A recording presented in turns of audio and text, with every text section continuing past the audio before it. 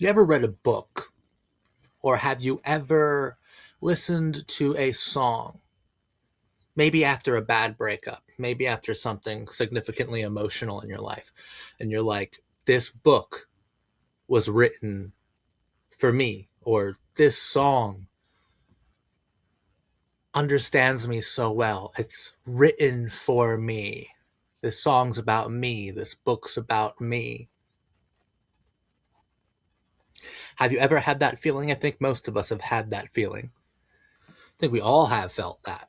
It's one of the best things about art, the deep connections that we can forge with the material, with the books. It's one of the best things about art. Feeling like there's someone out there who understands you so well. Now, there's a difference between that healthy sort of identification with literature and the unhealthy kind of identification with literature. And the line separating what's healthy and unhealthy is, well, it's fickle, it's weird, you never realize you've gone over the line until you're already 10 paces over it, right? I want to talk about reading with delusions.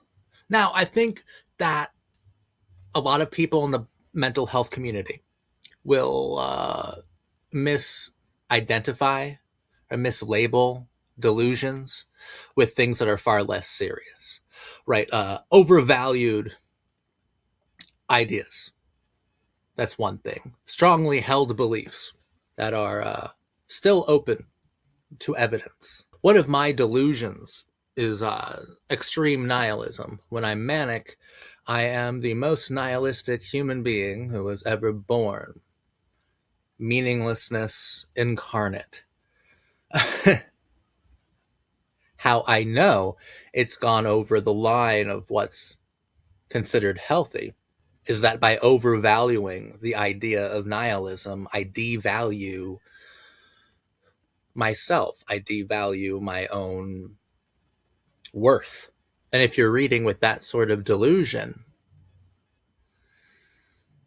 I think even the most innocuous books can become weaponized through the nihilist gaze. There is also suspiciousness, misinterpretations of normal actions and events. There's the healthy part of this, where everyone can be a little paranoid sometimes, and, just because you're paranoid, don't mean they're not after you. How the fuck does he sing that? Just because you're paranoid, don't mean they're not after you. Fuck. Dude, I just woke up, bro. You can take my grunge card away. my grunge. I'll turn in my grunge badge to the front desk. I was right. I just needed to sing it with more confidence with my whole ass chest. Just because you're paranoid, don't mean they're not after you.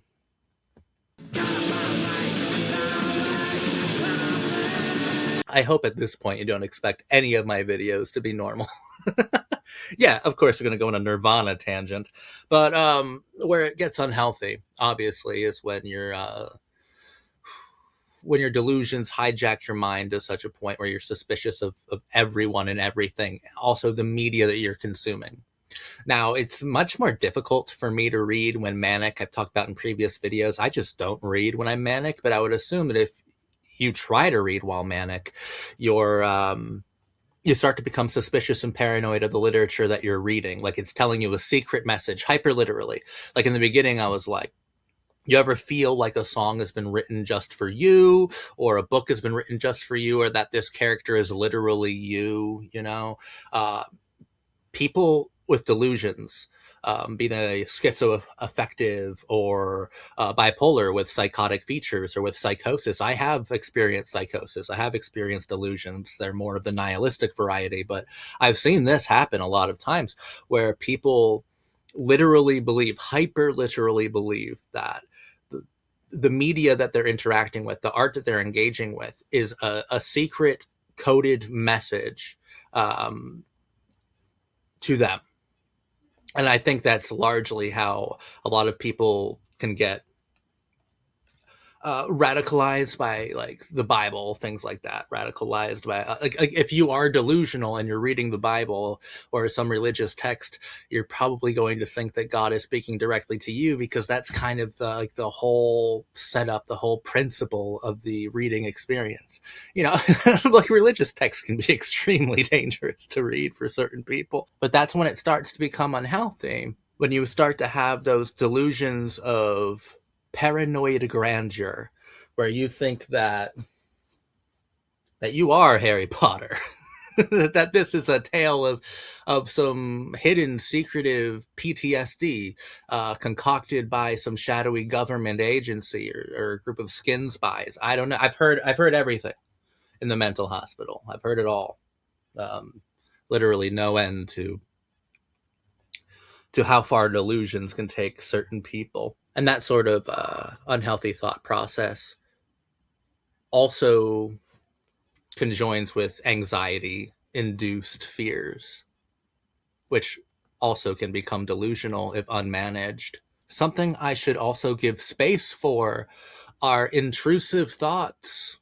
We all have intrusive thoughts, all of us.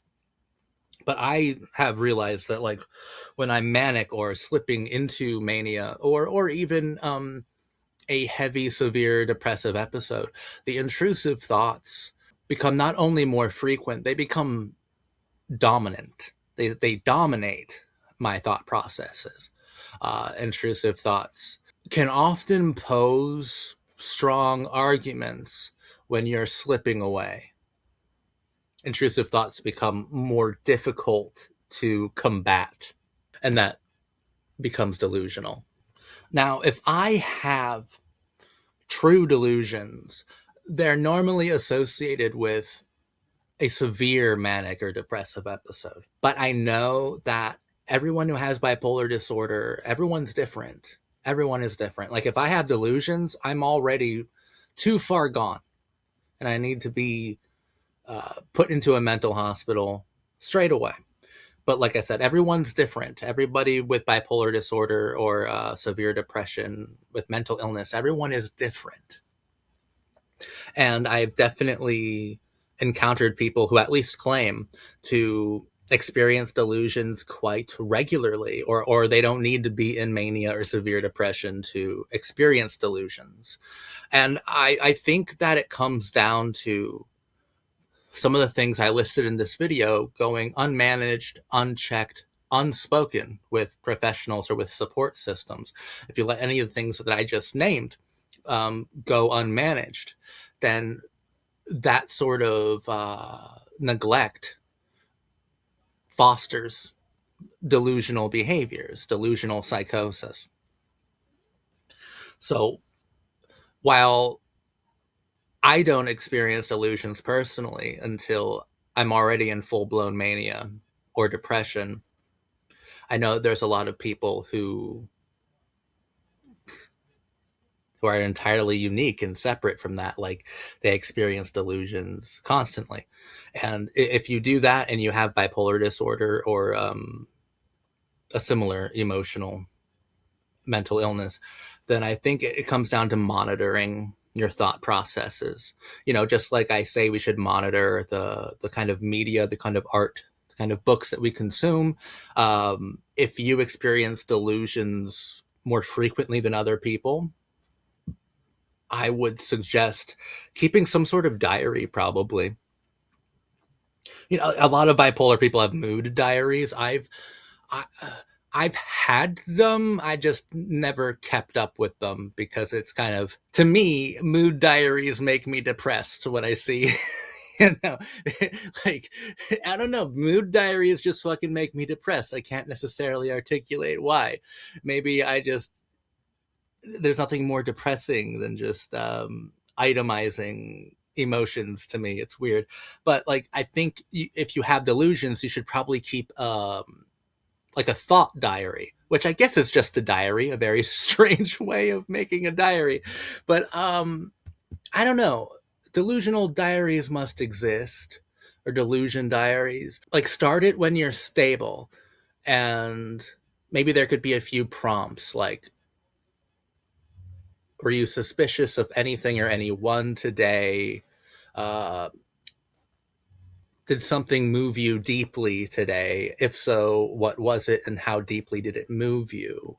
Kind of questions like that. How much anxiety did you feel today? And can you pinpoint the source of what triggered that anxiety? Like stuff like that, possibly.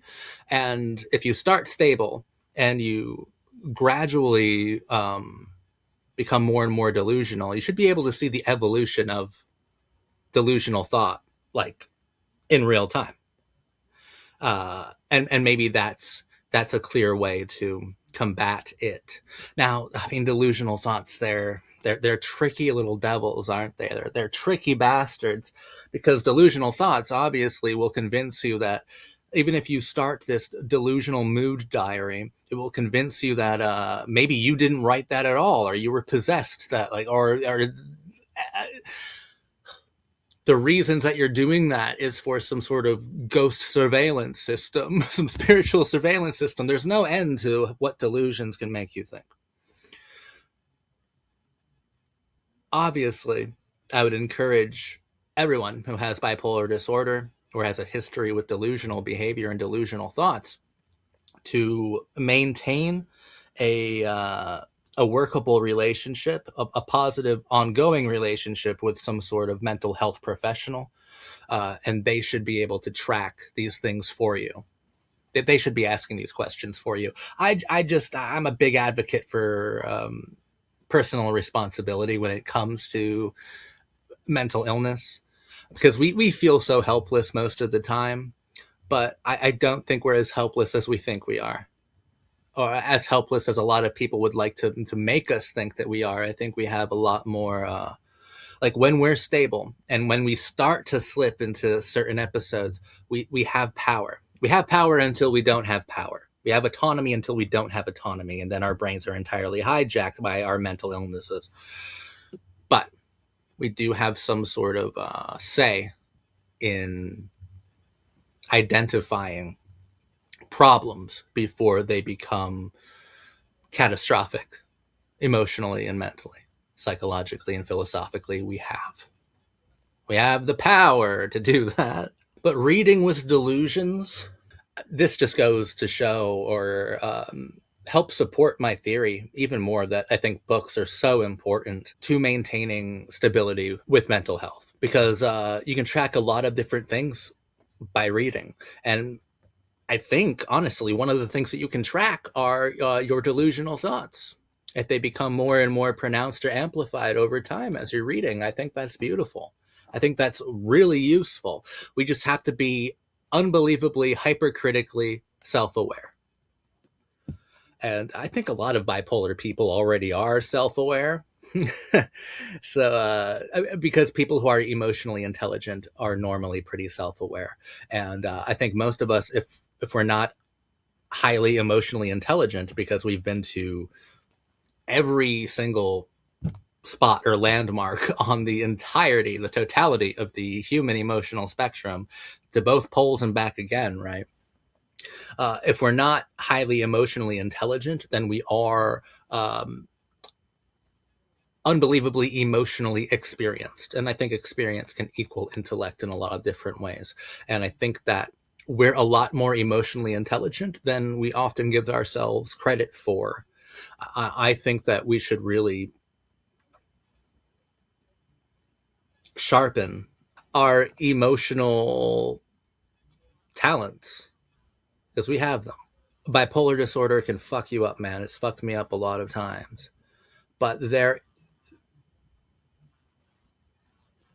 there are a few hidden virtues to the bipolar experience. And if we're not harnessing those to improve our lives, then all we're doing is allowing it to destroy us without getting anything from it. But I think we can get a lot from bipolar disorder if we approach it with integrity and with a plan. So yeah, my name's Zach. I'm Soul Catcher Simp. Hopefully I said something in this video that made you think. If you're a bipolar baddie, consider subscribing. I talk about reading and mental health. I love fantasy books. If you're a fantasy book reader and you're bipolar, then you and I might just be soulmates. Thank you so much for watching me. Bye for now.